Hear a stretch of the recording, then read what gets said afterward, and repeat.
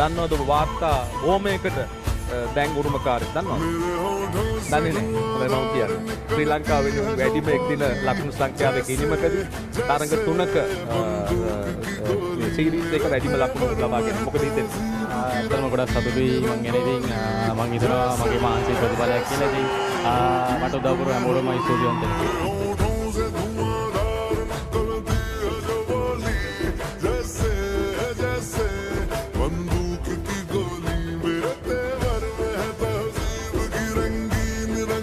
දිත්තු ශතකයේ ලකුණු 4ක් පිටුපස්සේ.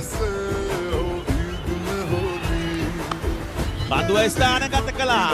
ලකුණු 4ක් විය යුතුයි. ලකුණු 4 අත් කර ගන්නවා දයාබර ක්‍රීඩාලෝලිය ආසන්නනේ. දැන් ලකුණු 4 සටහන් කරනවා. ඉතිහාසයේ ප්‍රථම වතාවට ශ්‍රී ලංකා පිටිකරුවෙකු එක්දින තරගයකදී ලබා ගන්නා ප්‍රථම දිත්තු ශතකයේ වාර්තා කර ගන්නවා පැතුම් Nissanka. Dapat gol kiri Bialik di backwards balik Kanapin. Laku 6යි. Patum Nissanka. අවසන් පන්දුව ස්ථානගත කරනවා 4 සීමාව දක්වා ලකුණු 4යි. 6 පහර 4 පහර සංදර්ශනයක නිමාව.